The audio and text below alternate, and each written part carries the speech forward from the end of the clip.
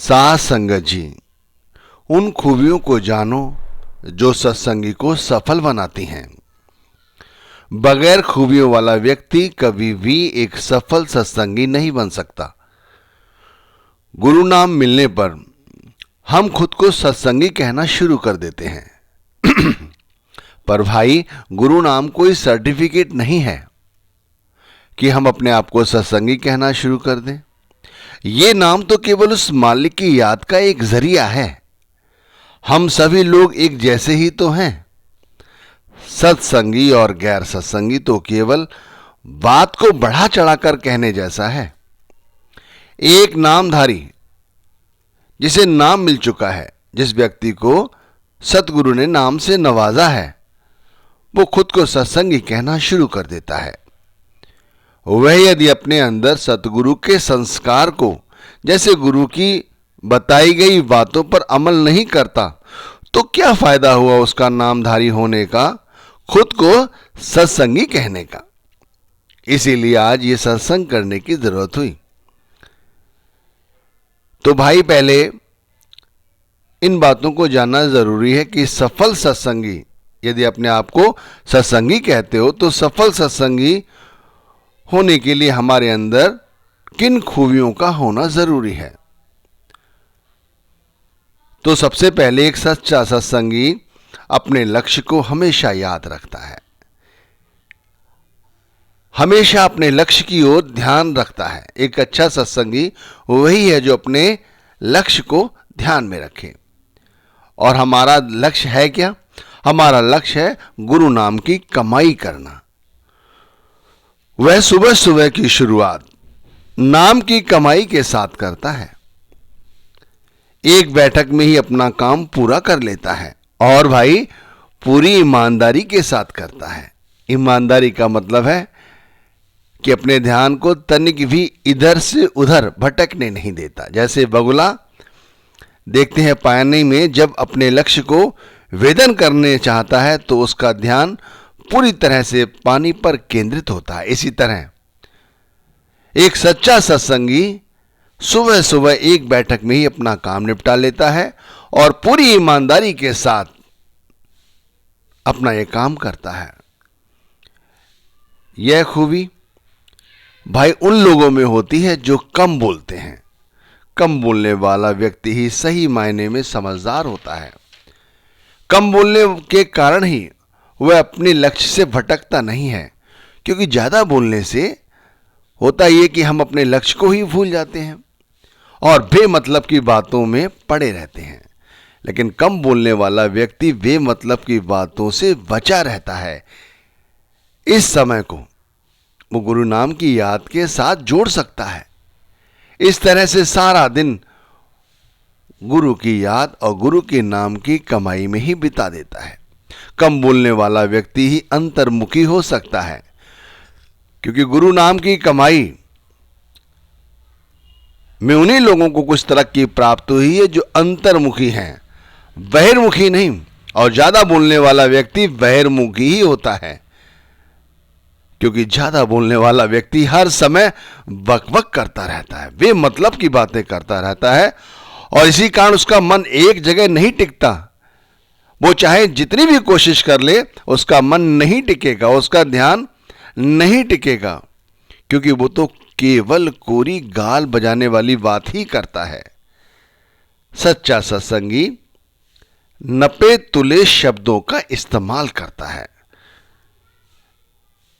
यह वह स्थिति है जिसमें एक सच्चा सत्संगी पूर्ण सब्र करता है, पूर्ण संतोष करता है।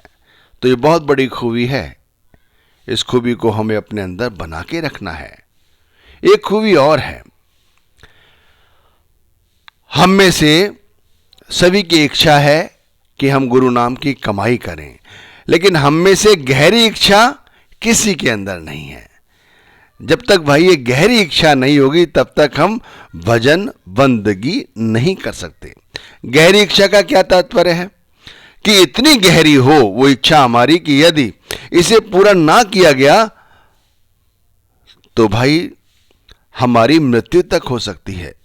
जैसे हमें भजन भी करना है, नाम का सिमरन भी करना है और सारा दिन गुरु की याद में बिता देना है और गुरु की इच्छा या गुरु की मौज में ही अपना आपको समेट के रखना है। वह एक इच्छा है, लेकिन ये गहरी इच्छा तब होगी जब ये हम करेंगे ही। इसे बगैर किए हम जिंदा रह ही नहीं सकते। ये गहरी इच्छा हुई, और यदि हमने पूरा नहीं किया तो भाई पता नहीं अगला दिन हम जिंदा रहेंगे या नहीं रहेंगे। ये गहरी इच्छा का समूल है। इसे कथा के माध्यम से समझो। कहते हैं संत सुकरात जी के पास एक व्यक्ति आया। उसने सफलता का राज जानने की कोशिश की, इच्छा जाहिर की, तो सुकरात जी ने सुबह सुबह उसे नदी पर बुला लिया। वो सुबह सुबह पहुंच गया। सुकरात जी उसका हाथ पकड़ के नदी की ओर चल पड़े। थोड़ी दूर आगे जाके जब गर्दन तक पानी आ गया, सुकरात जी ने उसका सर पकड़कर पानी में डुबो दिया और पानी में जैसे ही उसका सर डूबा वो छटपटाकर बहुत तेजी से हाथ पैर मारने लगा, लेकिन सुकरात जी ने पूरी ताकत के साथ उसका सर पानी में डुबोए रखा और जब तक डुबोए रखा कि अब उन्हें लगा कि अब ये मर जाएगा, तब उन्होंने ये सर बाहर निकाला। बाहर निकालने पर जब वो थोड़ा सा उसे आराम मिला तो सुकरात जी ने उससे पूछा, जब तुम्हारे प्राणों को इस तरह संकट का सामना करना पड़ा पानी के अंदर, तो तुम्हें क्या इच्छा हुई? तो वह व्यक्ति उत्तर देने लगा कि हवा की इच्छा हुई। हवा की इच्छा हुई कि समझो यदि हवा नहीं मिली तो मैं मर जाऊंगा। तो भाई यही चीज है, ये गहन इच्छा हमारे अंदर होनी चाहिए कि हमें ये सिमरन करना ही है, नाम का भजन करना ही है। सिर्फ थोड़ी देर के लिए नहीं, ऐसे ही नहीं, जिम्मेदारी के साथ। इच्छा नहीं, गहन इच्छा होनी चाहिए। सिर्फ थोड़ी देर के लिए बैठ गए तो बैठ गए, यदा कदा बैठ गए।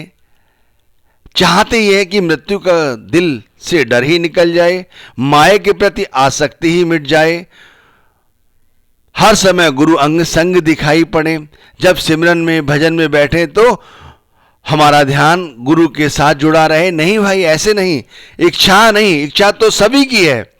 जिन लोगों ने नामदान लिया हुआ है उन सभी की इच्छा है कि गुरु उनके साथ रहे, लेकिन इच्छा के लिए भाई एक गहन इच्छा भी तो करनी चाहिए। भाई इसे ऐसे समझ लो इस कहानी से, कथा से, कि यदि सुकरात उस व्यक्ति की गर्दन पानी से ना निकालते तो वो मर जाता। ऐसी स्थिति हमारे अंदर होनी चाहिए कि यदि हमने एक दिन भी गुरु नाम के सिमरन से चूक गए, भजन से चूक गए, तो भाई अब जिंदा नहीं बचेंगे। हमें ये करना ही है। सच्चे सत्संगी के अंदर ऐसे गहन खूबियां होना बहुत जरूरी है। मैं कहता हूं इच्छा हो बहुत अच्छी बात है, लेकिन ये इच्छा गहन हो और दृढ़ विश्वास के साथ हो। अंतर में इसे समझो। इच्छा होना कोई बात नहीं है, लेकिन गहन इच्छा होना बहुत बड़ी बात है। और फिर दृढ़ विश्वास के साथ ऐसी इच्छा हो कि भाई ये दृढ़ विश्वास मेरा अटल है, इसे कोई हिला नहीं सकता, फिर चाहे कोई भी स्थिति हो, कोई भी परिस्थिति हो। दुनियादारी की छोड़ो भाई, ये तो परमार्थ का मार्ग है, सत्य का मार्ग है, मुक्ति का मार्ग है। अगर यहां हम एक बार जीत गए तो हमेशा के लिए जीत गए। फिर दुनिया का जो ख्याल है हमारे दिमाग से निकल जाएगा। भाई जिम्मेदारी के साथ, पूरी जिम्मेदारी के साथ इस दिली इच्छा को हमें पूरा करना है। तभी कुछ बनेगा, तभी कुछ मिलेगा। और एक बात ध्यान रखिए, हम जो भूल जाते हैं सभी लोग, हम रोज रोज नई नई गलतियां करते हैं और कहते हैं कि अगली बार नहीं कहेंगे, नहीं करेंगे, और फिर बार बार हम उन्हीं गलतियों को दोहराते हैं।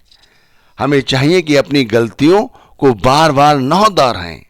ठीक बात है, एक बार कोई गलती हो गई ठीक है, लेकिन दोबारा वही गलती कर रहे हैं, तिबारा भी वही गलती कर रहे हैं, ये गलत है। इसीलिए हमारी दृढ़ इच्छा नहीं हो पाती। इच्छा ठीक है, लेकिन इससे कुछ काम बनने वाला नहीं। अपने अंदर खूबियों को पहचानो, कम बोलने की कोशिश करो, जरूरत पड़ने पर बोलने की कोशिश करो, अपने ध्यान